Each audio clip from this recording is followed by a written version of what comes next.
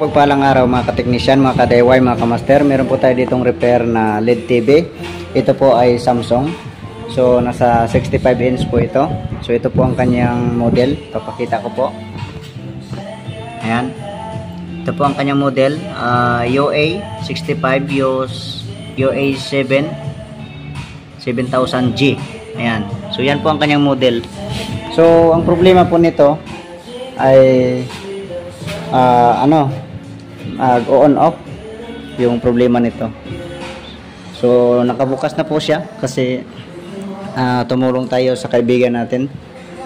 So ito. So testing natin, saksak natin. Ito.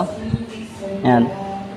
So dito lang tayo, silip sa ilalim para mas makita natin kung ano ang reception niya. So mahirap kasi itong panay-angat. Ayan. So mapansin natin ang kanyang backlight ayaw tumuloy. Ayun, meron naman umiilaw tapos namamatay. Ayan. Magdidim, iilaw tapos ayan, mapansin nyo. So ganyan lang po. Tapos patay sindi.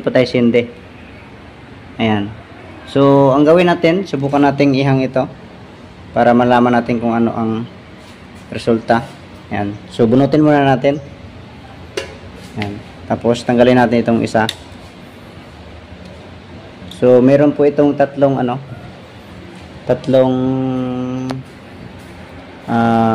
side or tatlong connection na top board. So ito yung dito sa gilid.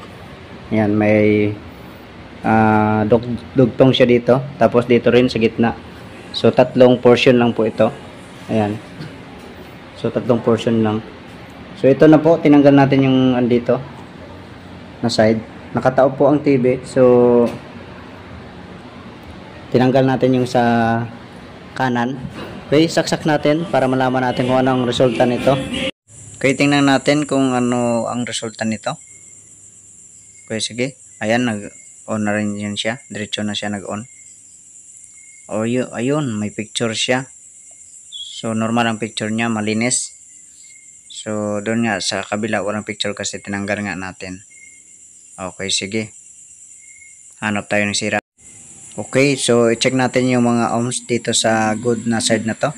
Okay, ayan. Habang chine-check natin, ayan. So bawat nasusukat natin na mga resistance ay puro mega ohms. Ayan. So kung mapansin nyo yan, inisa-isa po natin yung signal niya dyan, yung CKB hanggang sa swapping voltage.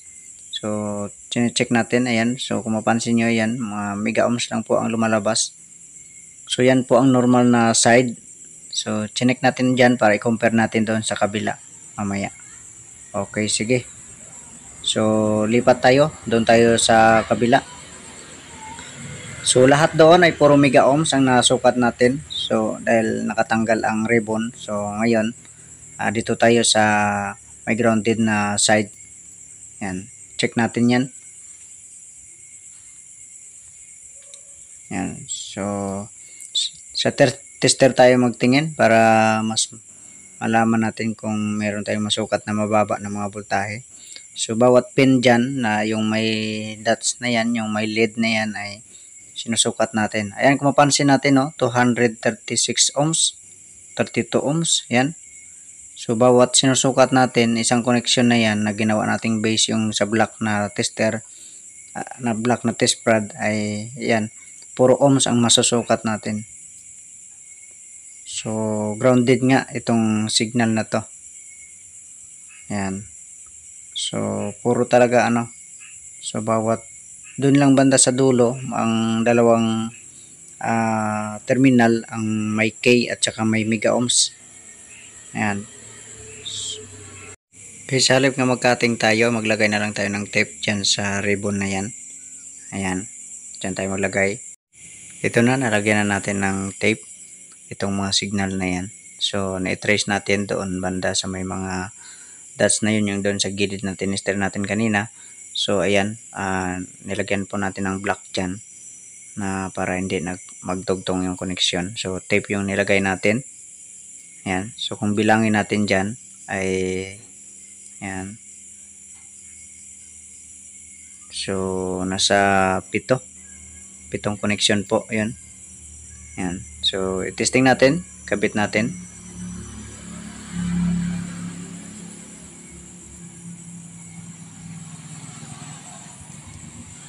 Tapos, saksak natin. Ayan.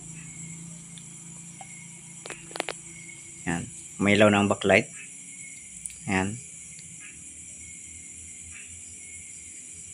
So, naglo-loading pa yan. Ayan. Diretsuhan na yung backlight. Umilaw na. Ayan. So, yun. Normal ang picture. Ayan. Ayun. Yun nga lang may go hit siyang itim. One line. So, nasa screen na yan. LCD na talaga yan. Sa glass na yan. So, okay na siya. Normal ang kanyang picture. Ayan o. Ayan. So, mayroon pa pala tayong lagyan pa uli na tape. Kasi doon sa swapping voltage niya ay grounded din. Hanggang doon ang grounded ng ng connection na yun kanina, yung signal. So, merong 3 connection na ibablock natin uli doon. Ito, nilalagyan na natin. Ayan. So, bali 3 connection na po yan.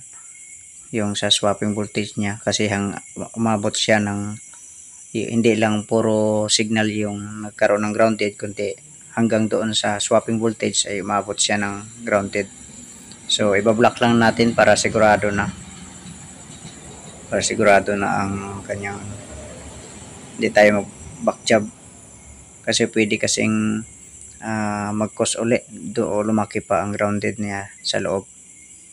Yan, so nilalagyan natin.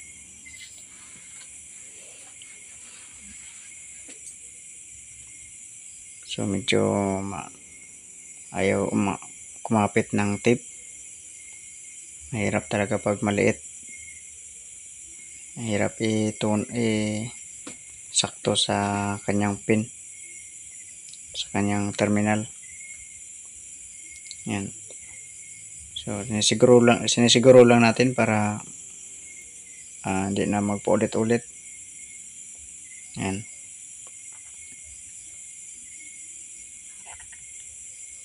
Okay, sige. Kabit na natin. Yan, saksak ulit. Tapos, antayin na naman natin. Ayan, nag-on siya.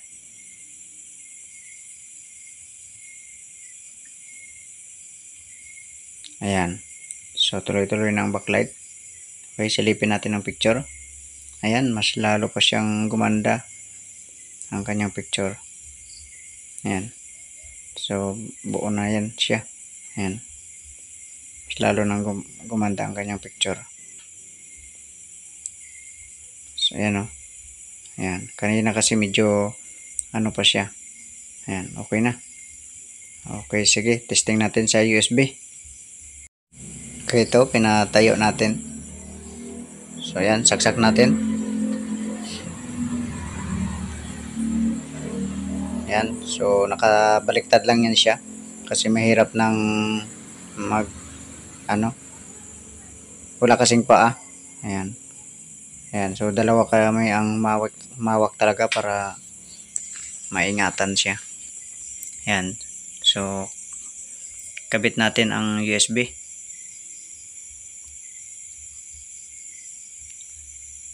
Ayan. So, ikabit natin dyan sa likod.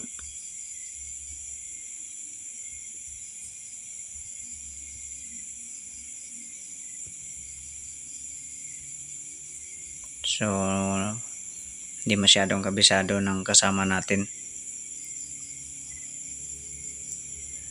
Ayan. So, ayan na, lumabas na. Ayan. So, yan po ang kanilang menu ng Shakey's. Ayan. Shakey's. Ayan. So, normal na ang kanyang picture. So meron pa rin palang guhit pero okay lang yan.